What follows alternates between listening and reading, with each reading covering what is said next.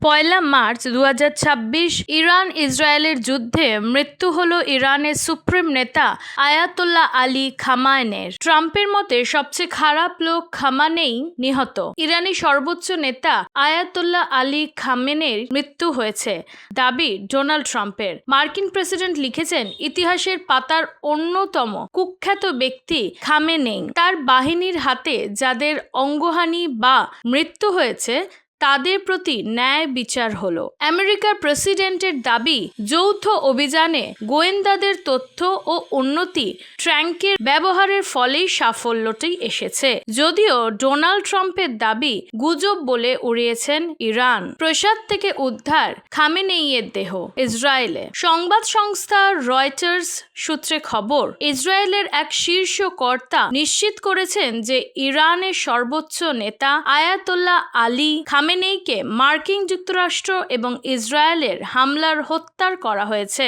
খামেনেইর মৃতদেহ তার প্রাসাদের ধ্বংসাবশেষ থেকে উদ্ধার করা হয়েছে। উল্লেখ্য যে শনিবারেই ইরানের হামলা চালায় ইসরায়েল। সেই দেশের সংবাদ মাধ্যমের দাবি, তেহরানে খামেনেইয়ের বাড়িতে অন্তত 30টি বোমা ফেলা হয়। হামলায় মৃত্যু হয়েছে ইরানের সুপ্রিম নেতা আয়াতুল্লাহ আলী খামেনেইয়ের। শনিবার গভীর রাতে ইসরায়েলের পিএম বেঞ্জামিন নেতানিয়াহুর দাবি ঘিরে এই জল্পনা ছড়ালো। নেতানিয়াহুরের দাবি, অত্যাচারী খামেনেই আর বেঁচে নেই। ট্রাম্পও জানান, তিনি মনে করেন খবরটি একদমই সঠিক। খামেনেইয়ের দেহ উদ্ধার হয়েছে বলেও দাবি করেছেন ইসরায়েলের এক শীর্ষ আধিকারিক। যদিও এই দাবি উড়িয়ে দেয় ইরান, তাদের পাল্টা দাবি সর্বোচ্চ নেতা অক্ষত ও নিরাপদেই আছেন। ইরানের সুপ্রিম নেতা আয়াতুল্লাহ আলী খামেনেইয়ের মৃত্যু হয়েছে বলে দাবি করেছেন আমেরিকান প্রেসিডেন্ট ডোনাল্ড ট্রাম্প এবং ইসরায়েলের প্রধানমন্ত্রী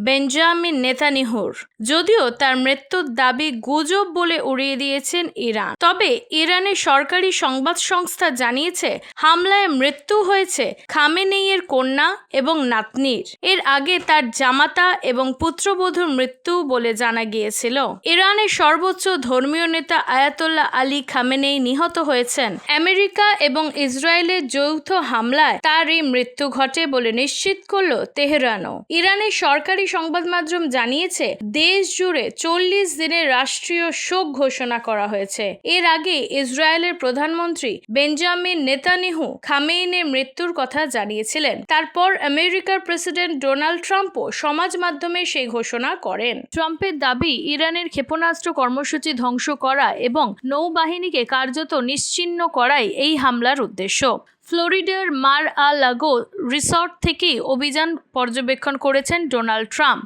শনিবার বিকেলে নিজের ট্রুথ সোশ্যালে তিনি লেখেন, বিমান হামলায় খামেনেইর মৃত্যু হয়েছে। এর আগে এক শীর্ষ ইসরায়েলের কর্মকর্তা সংবাদ সংস্থা রয়টার্সকে জানিয়েছিলেন খামেনেইর মরদেহ উদ্ধার হয়েছে। পরে ইরানের রাষ্ট্রীয় সংবাদ মাধ্যমেও খামেনেইর মৃত্যুর খবর নিশ্চিত করে। ট্রাম্প লেখেন, এটি শুধু ইরানের জনগণের জন্য নয়, বিশ্বের নানান প্রান্তের সেই সব মানুষের জন্য ন্যায় বিচার যারা খামেনেই ও তার ঘনিষ্ঠদের দ্বারা নিহত বা পঙ্গু হয়েছেন। তবে এর আগে তিনি সতর্ক করেছিলেন, ইরানে বড় ধরনের সামরিক অভিযানে মার্কিন সেনার হতাহতের আশঙ্কা উড়িয়ে দেওয়া যায় না।